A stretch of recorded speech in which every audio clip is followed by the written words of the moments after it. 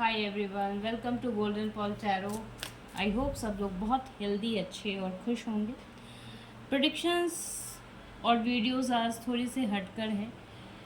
One of my client जिन्होंने मुझे काफ़ी बार रिपीट उनसे पूछ कर ये चीज़ें मैं कर रही हूँ, उनसे विदाउट पूछे ये चीज़ें मैं नहीं कर डाल रही वीडियोस।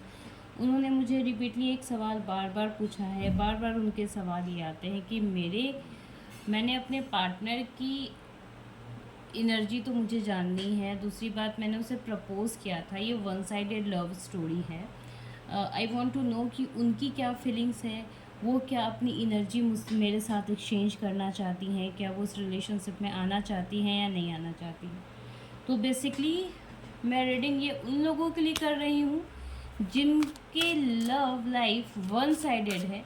देखते हैं कि उनके पार्टनर उनके बारे में, जिनके भी वो क्रश मानो या फिर आप उनको अपना प्यार मानो या फिर आप उनसे अपने एक एनर्जी एक्सचेंज कर रहे हो, कनेक्शन है, बातचीत कर रहे हो, देखते हैं कि उनकी क्या एनर्जी है आपके लिए।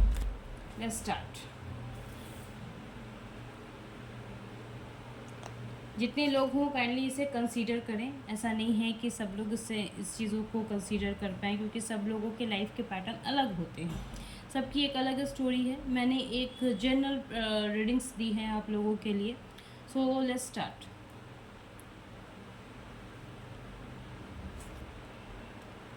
देखो, हिडन एनर्जी है इनकी। कहीं ना कहीं ये कुछ बोलना या सुनना नहीं चाह रही। रीज़न बिहाइंड डैट कि इनको ट्रस्ट अभी तक नहीं हो पा रहा आप पर। भले ही आपके साथ आपकी कलीग हों, आपसे बातें करती हों या फिर आपसे बहुत लंबे समय तक कनेक्शंस रहा हो, लेकिन ये कुछ खुलकर बोलना ही नहीं चाह रही हैं, क्योंकि इनको कहीं ना कहीं अभी भी डाउट है। इन्होंने अपनी आंखों पे एक पट्टी बांध रखी है कि नहीं, ये चीज़ें शायद नहीं होंगी।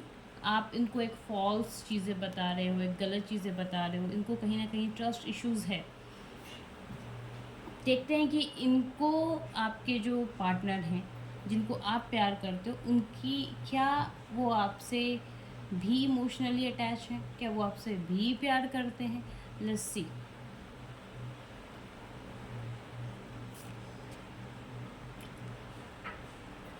यस, कहीं ना एक छुपी हुई एनर्जी तो है। कहीं ना कहीं आपके बारे में सोचती और समझती भी हैं।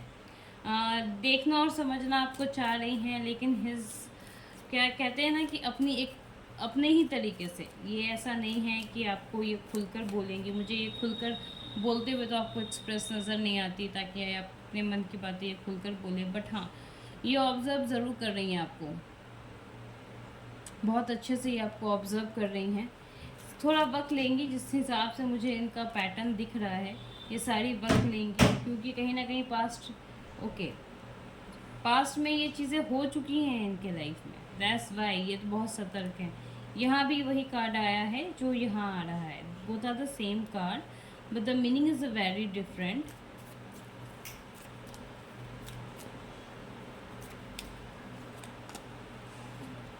यस, पेंडिंग पोजीशन है। कहीं ना कहीं इनके मन में दुविधाएं चल रही हैं कि मुझे क्या करना चाहिए। क्या इनके साथ यानी आपके साथ शादी करने और इन सारी बातों को सुनने और समझने की कैपेसिटी है इनमें, या फिर कह सकते हैं कि ये स्टेप तो लेंगी आपके साथ, लेकिन सोच समझ कर। अभी इनके मन में बहुत सारी दुविधाएं चल रही हैं, इसलिए खुलकर आपको अपने मन की बातें नहीं बोल पा रही हैं कि हाँ एग्जैक्टली ये चाह क्या रही हैं। अब हम देखते हैं कि आने वाले फ्यू वीक्स में क्या सिचुएशन इम्प्रूव हो जाएगी। क्या ये आपके प्रपोज़ल को एक्सेप्ट कर पाएंगी।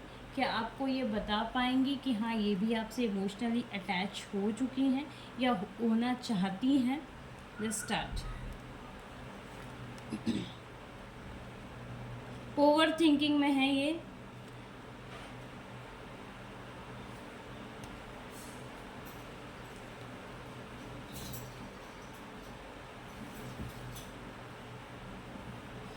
डरते डरते ही सही, पर ये रिस्क लेना आपके साथ लेने को तैयार हैं, आपके साथ आगे बढ़ने को तैयार हैं।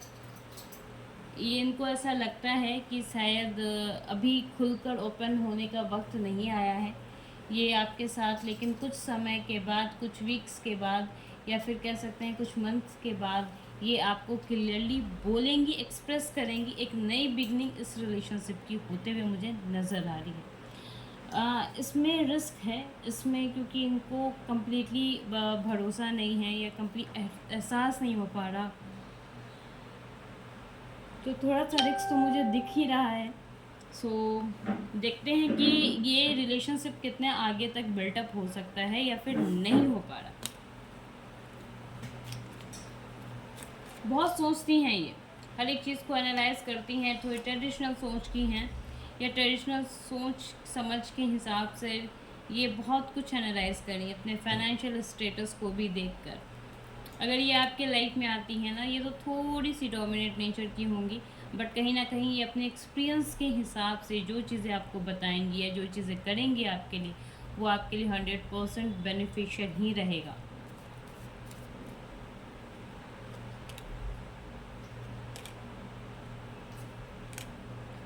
इनके अंदर से वो डर और वो सिचुएशन बाहर नहीं निकल पा रही है। जो भी इनकी पास्ट की सिचुएशन थी, उस सिचुएशन से ये बाहर नहीं निकल पा रही हैं। उसको निकलने में और उसको पूरे तरीके से कंप्लीट हील करने में वक्त लगेगा।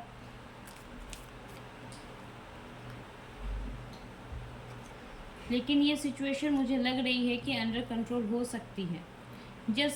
मुझे बस ये ओवर थिंकिंग इनकी लगती है। इनको अपने ऊपर ट्रस्ट नहीं है, इनको कहीं ना कहीं अपने ऊपर ट्रस्ट करना होगा, तभी ये आपके साथ या किसी और रिलेशनशिप में ये अटैच हो पाएंगी। जो कि मुझे एक ट्रांसफॉर्मेशन नज़र आ रहा है इनके पर्सनल लाइफ में। मुझे लग रहा है कि ये अपनी जो ये निगेटिविटी है, जो इनके थॉट्स निगेटिव हो जा रहे हैं, उससे ये खुद ही चेंज करेंगे और इनको ये खुद ही करना ही होगा। थोड़ी सी आपके साथ ये मैनिपुलेशन का कार्ड भी मुझे दिख रहा है, जो आपको मैनिपुलेट करते हुए ये नज़र आएंगी, क्योंकि ये आपको एक्सप्रेस और ये बताना भी चाहती हैं कि क्या ये हो सकता है या नहीं हो सकता है।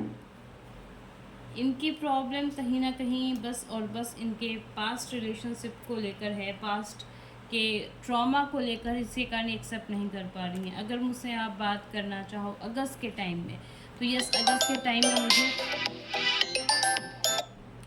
के टाइम में अगर आप मुझसे बात करना चाहो तो अगस्त के टाइम में मुझे ये कार्ड प्रेडिक्शंस नज़र आ रही है।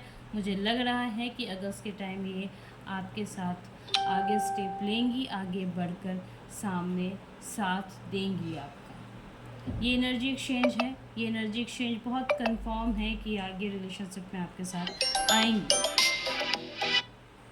ये एनर्जी एक्सचेंज बिल्कुल कंफर्म है कि रिलेशनशिप में आएंगी। Thank you everyone, thank you so much. Kindly please Golden Pearl Tarot को आप सब्सक्राइब करें, एंड अगर आपके जो भी सवाल हैं वो DM करें ताकि मैं आपके आंसर दे सकूं।